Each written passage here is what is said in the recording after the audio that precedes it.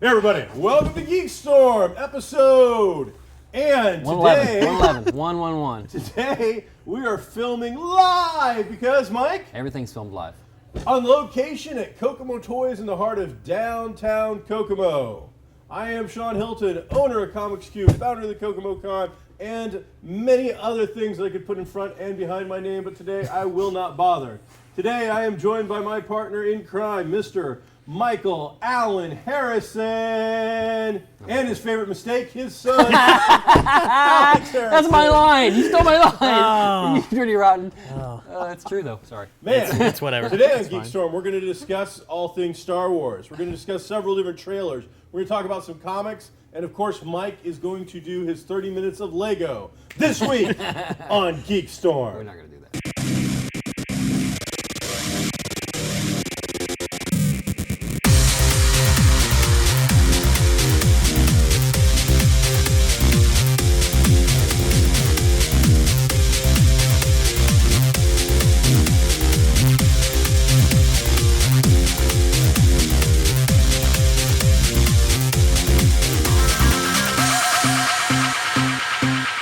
Hey, I don't want to waste any time. I want to get right into the heart of Geek Matters. I want to get into the most important thing that has dropped in geek world in years. I want to talk about something that some people have waited a lifetime for. Insert sarcasm Normally here. we put funny things in here, but Oh. not today. Oh. We're going to be serious about Oh. it. So, Fuller House, the teaser trailer I for don't the know what that Netflix is. Oh original, my goodness. just hit the screens yesterday. Yeah. And we got to hear the voices of Uncle Jesse saying something about his hair. Uncle Jesse? A comedian from Canada Denver who Pile? Alanis Morissette made famous say something about cut it out. We heard nothing from the Olsen twins because, well, they're not in it. And then we heard the voices of other people who were associated.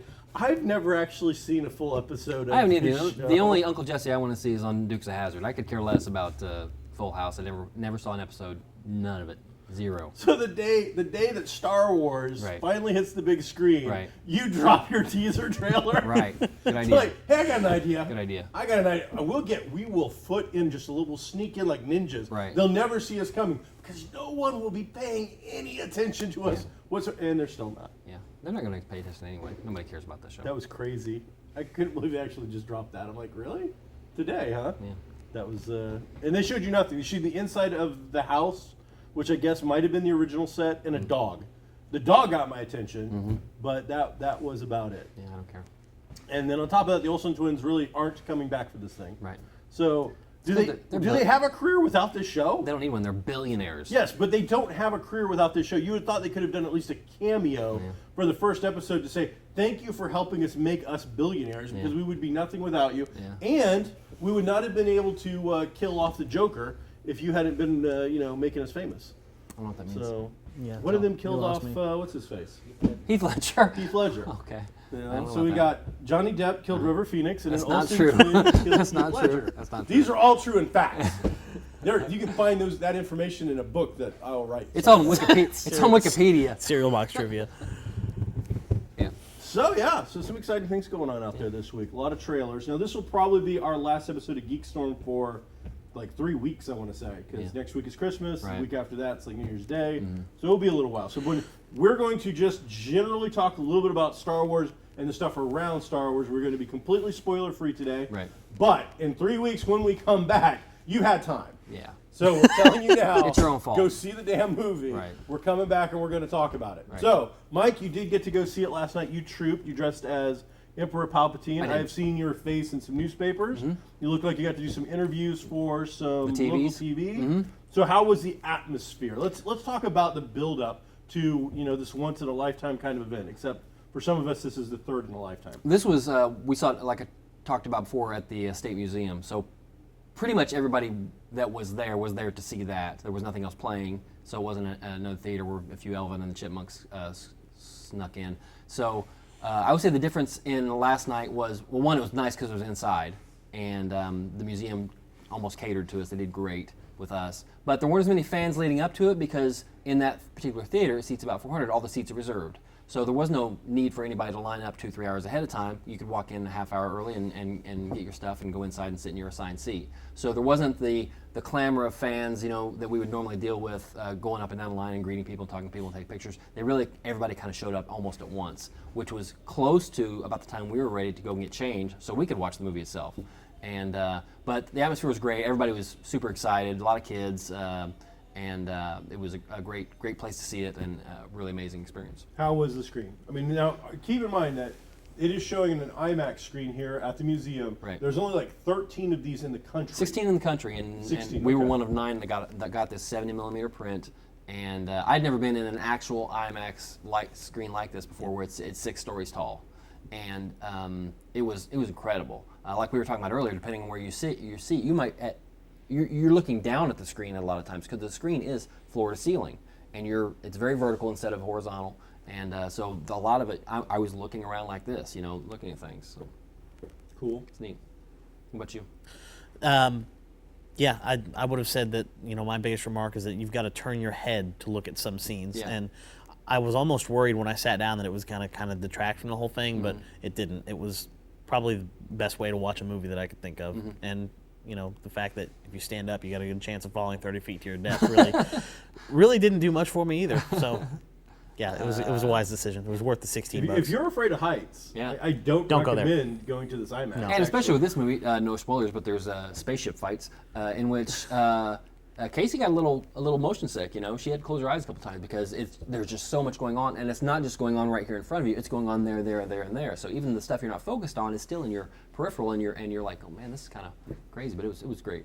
So you're like original old school Star Wars fan. Sure. You're second generation. His fault. And then we've got your girlfriend Casey at the time, she's seen the movies, but Right. she's a noob. She's a muggle. She's not as entrenched in as probably even the three of us are, but she watched them this week to refresh herself. She saw them as a kid, Gotcha. and saw them. She saw the prequels when they came out, and then went back and saw the others with her father, and she likes it. She understood everything. And everybody enjoyed everybody across the spectrum. Yeah, I can't think of anybody. Nobody said anything negative. Who was the standout character for you, without going into what they did? Out of all the new guys, we'll assume that the old guys did their job and they were awesome. I'll just say Poe Dameron, Oscar Isaacs. I wish I'd seen more of him. He was in it plenty, but I wish I'd seen even more of him because he was great. It was kind of a good mix between scoundrel and just straight out hero. So he was great. He was great. And who was your standout character? Probably our token bad guy, Kylo Ren. Did he have his own movie? Yeah, honestly, I think, and I was worried because I've seen Adam Driver, and I've seen an episode and a half of Girls at gunpoint, so I was worried about that because that's the only context I had for this guy. But his voice was fantastic. His mannerisms were everything they needed to be. He's a very unique character as far as a guy with a red lightsaber goes. Yeah, I was happy with him. He had, and I had mentioned before that there were sometimes he almost reminded me of Javier Bardem a little bit, and I can't say why, but he was scary. He was what he needed to be. Very cool. Now, obviously this is supposed to be part of a new trilogy. Right. Plus we'll get a new Star Wars movie every year, but they're not directly related. So how does it end? Does it end in a way that you felt like you had closure, you saw a complete story, or did it leave off on kind of a cliffhangery, like, by the way, in 3 more years, you get another episode? It was definitely more cliffhangery than, say, A New Hope was. It was much more like Empire in that things are happening, things are in motion, and not everybody is doing great at the end of the movie. And so I want to know what's happened next. Okay, what happens next? And there was enough closure of, the things that were going on in the movie, but they answered some mysteries. They created some mysteries so you can check it out next year. It kind of had that moment too, leading up to when the credits were going to roll. You could feel it coming. Yeah. You're like, don't you do it? Don't you do? You did it. Yeah. Anything after the credits that we need to stick around for? No. So once it's over, Yeah. you don't have to sit through. And this is probably 20 minutes of credits, I'm going to guess? I don't know. We didn't say. Probably forever. Yeah, it was probably long. Awesome. But, All right. So there is your brief synopsis of some Star Wars material. We'll be talking more about it now. There's been a ton of press for Star Wars. Sure. More press than we've probably ever seen for any other movie. I would say it's the most anticipated movie of all time. I can't think of anything else that's agree. created this I much wouldn't buzz. disagree. Now, I've had a hard time not checking out just some of the clips and silliness. Have you seen any material so far on any of the either red carpets or Q&As or any of that has struck you as being memorable enough to mention? No, not really. Well, and this isn't a spoiler, but Daniel Craig is in the movie, if you're a Bond fan. He kind of played it off for a while, like, no, I am not a fan. There's no way I'd show up and do something that I wasn't the star of. But he is in the movie. You don't see his face. He does have a couple lines, and it's kind of funny. It's good. It's a funny scene, a good scene. It's even funnier knowing it retroactively. Yeah, that it's him. You told me that this morning, and I got a good giggle out of that. Yeah. It was pretty good. Is he in the credits? I don't know. We didn't look. You didn't watch the credits that far? I'll tell you what I thought after seeing a lot of this stuff, and I've watched quite a few just because they're super short and they're like almost like popcorny kind of things to watch for the visual, is how well Harrison Ford has acted towards it all. Yeah. He has been all about getting into stuff and having fun with it. I've seen Carrie Fisher do some fun stunts. I've seen Mark Hamill dress as a stormtrooper, like a Hollywood Drive or whatever, doing some fun stuff.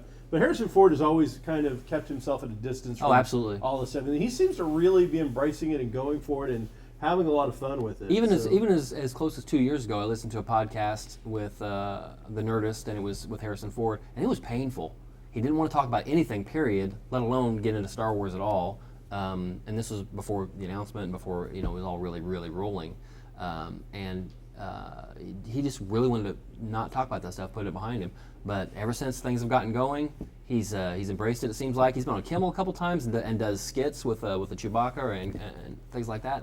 And he did something on the Tonight Show with the singing, caroling thing. It was cool. He's really gotten into it. All right.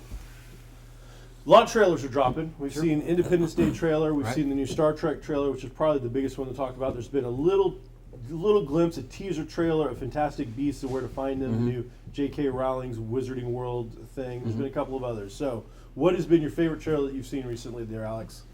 Out of those, probably Independence Day, honestly. Independence Day? I'm not... You were the perfect age, weren't you? How old were you when the first one came out? I don't remember. I know that I've seen it more times than I can count. All right, so that's kind of that movie for you. Yeah, it had, and the trailer, you got to see the trailer, because it had this this kind of moment towards the end where they're using Bill Pullman's speech from the first movie, and this will be our Independence Day. Yeah, just the audio, and there's the suspenseful music, and you get like a couple of shots of old Bill Pullman, because he's in it, thank God. And not Bill Pullman from the old movie, but him actually aged. Yeah, aged like Bill in the new movie. Elderly Bill Pullman. Right. And but he's given the speech and the suspenseful music, and they cut it off right before the Independence Day line, and it's really creepy. But it comes up on the screen in black. Yeah, it says it's, Independence and Day. the big low horn line, and it's really creepy. It gave me goosebumps. It looked like we had several members of the original cast, except for, of course, Will Smith, Yeah. who is for everything we've seen, he's dead in this movie.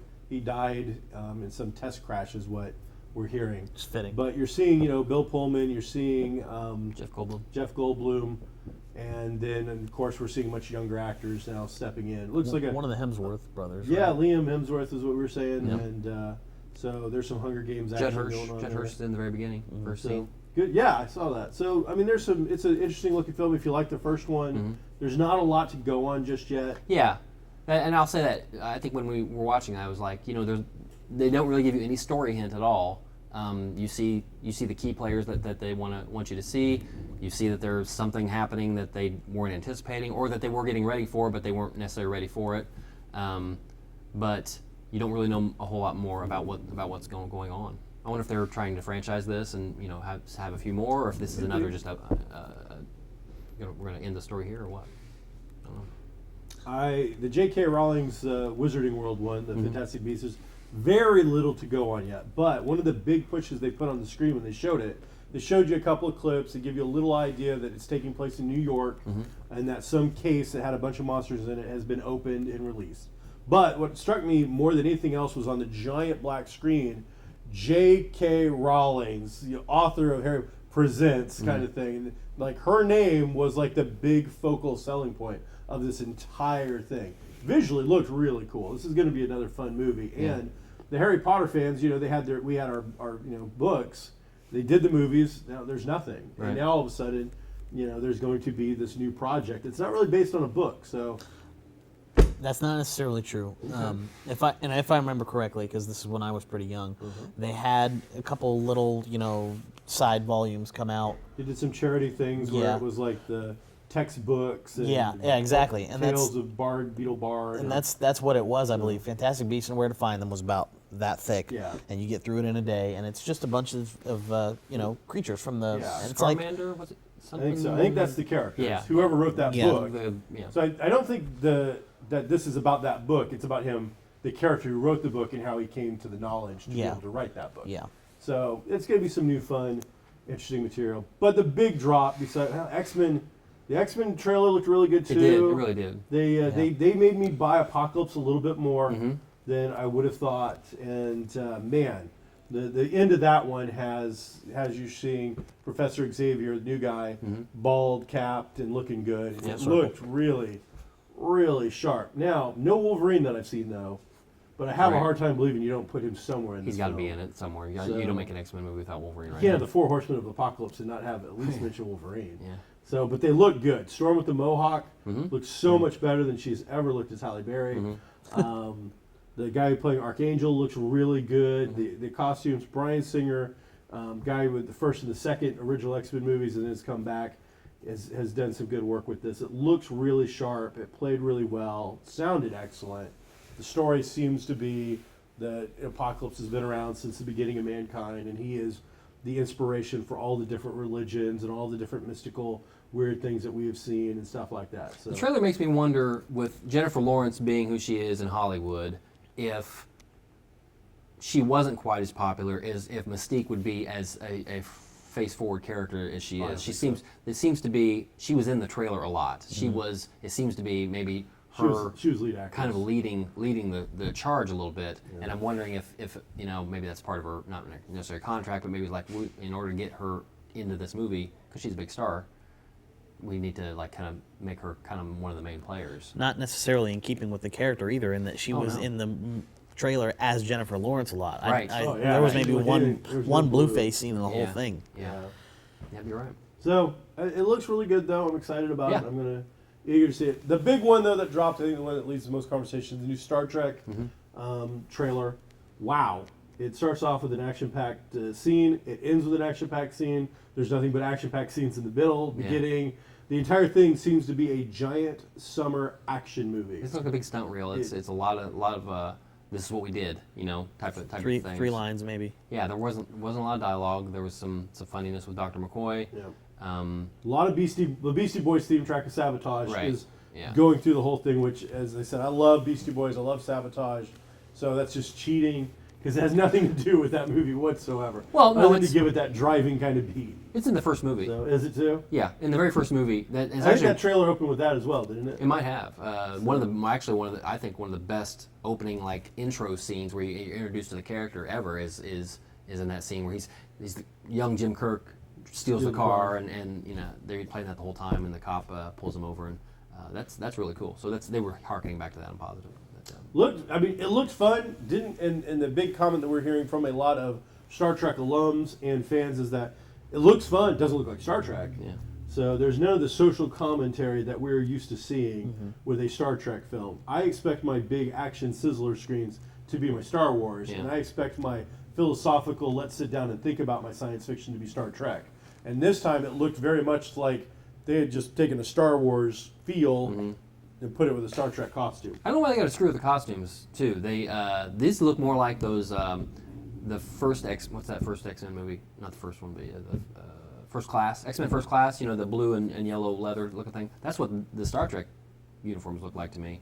I'd just leave it classic. You don't have to Yeah, mess they've with it. never not changed the costume. I know. Every single movie they've tweaked Toys. the costume Toys. a little bit. Toys. So, well, and you always have usually a new costume Yeah. person. They want their chance. Don't bite to- your sponsors. Don't bite the NPG. stuff. true. So, That's true. but yeah, it looks fun, Uh-huh. and the lines are great. The McCoy line is really good. Spock looked weird to me for some reason. I don't know if he's gaining weight or something. He just looked a lot different than he normally does for some reason. I don't know why. Take a look at it again so you see it. Yeah, See and that. he's in a bunch of action scenes, so we're not used to seeing that either. Yeah, it's weird too. So, oh man. So what do we with this coming towards the end of the year? What are some of the highlights and lowlights of our year so far? What stands out? Jessica Jones was great. Yep. Was worth the wait. Was worth the anticipation. Really enjoyed it. You just finished it. You haven't finished it yet, but you just finished it as a younger person. How do you feel about it? Because it's like I kind of knew she was, and know a lot more say about the Marvel Universe than a lot of people say your age. But this is all this stuff is happening pretty much in your heyday. From the last 10, let's say 2008 on, and what did you think of Jessica Jones? To me, it was different than any other Marvel thing that I've seen, and that's not weird. And but it wasn't bad different. It was honestly, I think it was a show that you could turn a lot of laymen onto the Marvel universe with, because you had a believable hero. You've got, what is she? She's a washed out PI with post traumatic stress. She's an alcoholic. Right. That's hilarious. she all the characters are really believable. I really like the villain. I'm not a Doctor Who fan whatsoever, but I really like David Tennant. I think he's perfect for it. And it's got a good tie-in. Luke Cage is going to be. I'm hopeful for Luke Cage. I think it's going to be a good show. I think Netflix hit on a good thing. I hope that we can keep that going. I like the darker tone. Yeah. That Netflix is taking with their little corner of the universe. Absolutely. I would say the highlight of this year's television for me was Netflix. In general, Netflix wins everything. Those two Marvel shows, compared to S.H.I.E.L.D., compared to the CW stuff, and Flash might be my favorite ongoing superhero show, but what Netflix has done by changing up the feel of the Marvel Universe, by adding that dark undertone, getting away from the source material but still staying true to it, was remarkable. And then, just those two shows, and then leading in, we got Power Man, and now with the reality of Iron Fist finally starting to form up and gel into a real cohesive show, it is going to exist. I'm excited about that. But on top of that, Netflix has also been bringing back shows like Longmire that have been canceled. They've just put out the Bill Murray Christmas special, which is absurd and weird and exactly what you would expect from Bill Murray. But, we've got great cable shows out there. We've got great cable entertainment now, such as Fox doing, the S.H.I.E.L.D. and Sons of Anarchy. We're seeing these more upbeat things. We've got AMC showing us things like The Walking Dead. So cable is owning, the way we watch television. But I think Netflix, by doing stuff, they put out Adam Sandler's The Ridiculous Six, and it was exactly, and I watched it. It's exactly what you expect. I don't think it was very good, but you know what? If you went into watching an Adam Sandler movie thinking it was going to be really good, then you fooled yourself to begin with. But that's fair. The levels that they've gone to, and the layers from comedy to drama to documentaries, they're the ones that have left an impression on me for anything and everything that I want to watch. When Netflix announces something new from now on, I'm front and center. Even if it's something I don't, it's the Brady Bunch is being redone. I might not care about it, but if they're doing it, I expect it'll be done well. My biggest thing with Netflix is they're not doing. Let's just again talk about Daredevil and Jessica Jones, and that they aren't like the CW shows, which I like the CW shows. They're fun. They're very formulaic though. You've got your main hero, his core friends around him. They're all the Scooby Gang. They all come to the headquarters all the time. Then they go out and do their thing. They come to the headquarters all the time. They go out and you've got that core all the time. Whereas the Netflix shows, whether they be 10 episodes, I think they're all 10 episodes so far, maybe 13. Regardless, they seem like a 13-hour movie. Yeah. Like you've got. Each episode might have 3 acts, but it seems like the entire series has 3 acts. Yeah. And you've got one continual, the mythos that you wait so long to get interested in on a other, let's say CW again, show is through the entire Netflix season. Yeah, it's there. And you get a lot more content in a Netflix show. Yeah. In a CW, in a Flash or Green Arrow, we've got 22 to 24 episodes, and we need to span out our entire big bad or whatever through at least a mid-season, if not the full thing. Right. Well, their mid-season is longer than an entire season of Netflix or Daredevil. Sure. So, one, they're longer. The Netflix shows are usually 50 minutes to 60 minutes long, whereas a typical CW or any show is 42 minutes. Right. So you're getting actual longer content. But on top of that, they're just putting more into it. More has to happen for these storylines to continue. And they're giving us amazingly detailed, rich bad guys. From Kingpin now to the Purple Man, just, these guys aren't one-dimensional throwaway characters. You know, each of them needed those episodes to be built. Yeah. For you to believe one thing about them, to show us the reality of them, and then to finish their arc. Each one of them goes through a stage of growth and change that really affects you as a viewer, and through the episodes, you know, makes you really think and tweaks your head a little bit about, wow, I mean, yeah, that guy's an evil, horrible bastard, but Yeah. especially, I mean, the Kingpin, that was a great roller coaster of a story. Oh, it was so great. I'm under the impression the Purple Man has pretty much done the same kind of thing, absolutely. where you learn more and more about him. So there's been some great things. So I'm gonna give a big win to Netflix on there. And cable in general. I can't think of a network show that I watch. You know, ABC, CBS, NBC. That has that kind of impact. Oh no, they've really been pulled away from. They've really been kind of left in the dust for drama. So I know you're not a video game guy. Nope. Video game of the year, probably Fallout 4. Yep. It's going to be really tough to beat Fallout 4. You had Star Wars Battlefield or Battlefront come out, and it's done all right. You've had the Uncharted collection come out. You've had some big things, but man, I'm still playing Fallout 4, and I got to say, it's all I hear about. People are just eating this game up. Yep. We had Halo 5 this year too, and I'm a diehard Halo fan.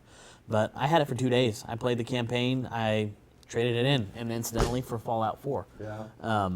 It you had was some time to put some hours into that yet? Fallout 4. Yeah, absolutely, and it's not getting old yet. Yeah.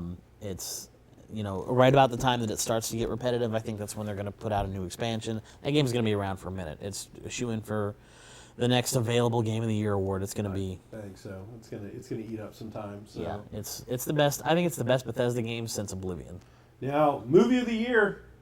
I mean, Star Wars is in the running, I guess. So, but I think between Jurassic World, which really did a number, I think we can pretty much put the James Bond franchise to death. Did you see the clip with George Lucas? He's being interviewed, by somebody, and he's done his 1,000th interview today, and really, somebody who's really not a qualified interviewer is talking to him about on the red carpet about Star Wars and everything.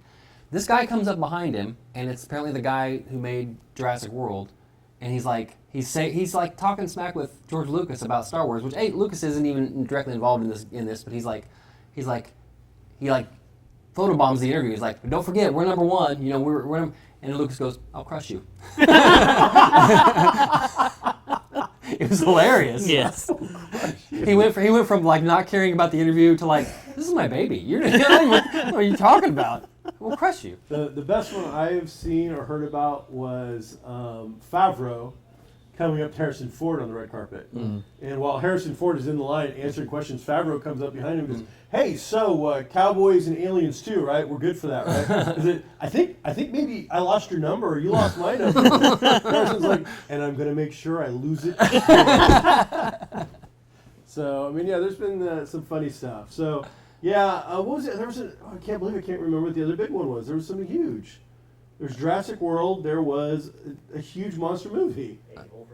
Age of Ultron. Thank you. Wow. Yeah. I mean, but in all fairness, Age of Ultron came out so long ago now that at the very beginning of the movie season that, you had Ant-Man, some fun stuff. Yeah. It's Star Wars is going to suffer from in talks like this because it's so fresh, and that I would tell you right now I think it's the best movie of the year because I saw it last night and I loved it. But I like Age of Ultron too, and so to put that in a mix when it's so fresh is pretty tough. That'll change a couple of years from now when the Star Wars movies rotate to the summer and they become summer movies. Sure. You've got Episode 7 this winter, Rogue One next winter, and then they switch to Maze and start doing Maze the rest of the time. Between the Marvel movies, this year we got Age of Ultron and we got Ant-Man. Yeah. Which was the best film? What was the best one? That we can talk about. Which is the better? Oof. Forget budget. Forget how much money they made. That's not a fair comparison. Which one is the more entertaining film? If you got to get one on a DVD, Blu-ray for Christmas, which one are you hoping that you unwrap? I can only probably watch Ant-Man a few times. I really, really liked it, but I could probably only watch it a few times. I could watch Ultron a lot more. I like the group, dynamic. And I think it's great when they hit on something that you're like, in your mind, you're like, I know why he said that because of back in the day when they did this 3 movies ago, and that is hard to beat. The nostalgia, even recent nostalgia, is still there and tough. They play on purpose because I like it, and so that's that's tough to beat. I like the group type of thing, so I would say Ultron. I really liked Ultron himself. I know he got mixed reviews, but to me, I think he was a really good villain. He's amazing, and see some of the behind the scenes stuff where it's just him in the suit with the dots all over him and everything, and he's acting, and he's doing what could have been just a throwaway thing, and he's throwing it in there, man. He's awesome. I'm gonna throw it to Ant-Man. I think Ant-Man was the superior picture, not only because, but for one of the many reasons we expected to go into the Avengers movie with that cast and those characters, thinking, wow, they're gonna own. And we all, I think, the majority of people, including hardcore fans like myself, went into Ant-Man going, all right, are we about to see the first Marvel train wreck? Right. And we walked out not only surprised, but having a great time. Yeah. It had a bigger hill to climb. The Avengers movie had that kind of stark, hardcore feeling that you kind of got from Winter Soldier, that more somber mood towards the end. Whereas Ant-Man, you walked out, and I think I could have walked back into Ant-Man right away and watched it again. It was fun. I could have done the same thing with Avengers, but you almost needed time to digest the Avengers movie a little bit. Yeah. So I'm going to give that one a little up to that. So there you go. Next year, TV show of the year. Next year we'll be talking DC movies. Yes, we'll Suicide Squad. We'll have quite a few. But Doctor Strange. Oh, yeah. And what, Thor? I think Doctor Strange and Thor next year? No, Captain America Civil War. Civil Wars. Speaking of, What? the most accurate spoiler thing just hit, giving a wonderful little look into Captain America Civil War. Okay. Giant Man. Really? Yes. Wow. Now, the Giant Man is Ant-Man, just done huge, but from such a reliable source that it's like in gold. That's cool. No doubt about it. Lego calendars came out. Holy jeez. And in it, they showed all the new sets. And one of the new sets had Giant Man with the biggest, most expensive set. How much time we got, Mike? Had Giant Man. And if Lego had it, then you know it's real. This is GeekStorm. I'm Sean. That's Mike. That's Alex. He came from that. And we'll catch you next year in 2016 with more GeekStorm.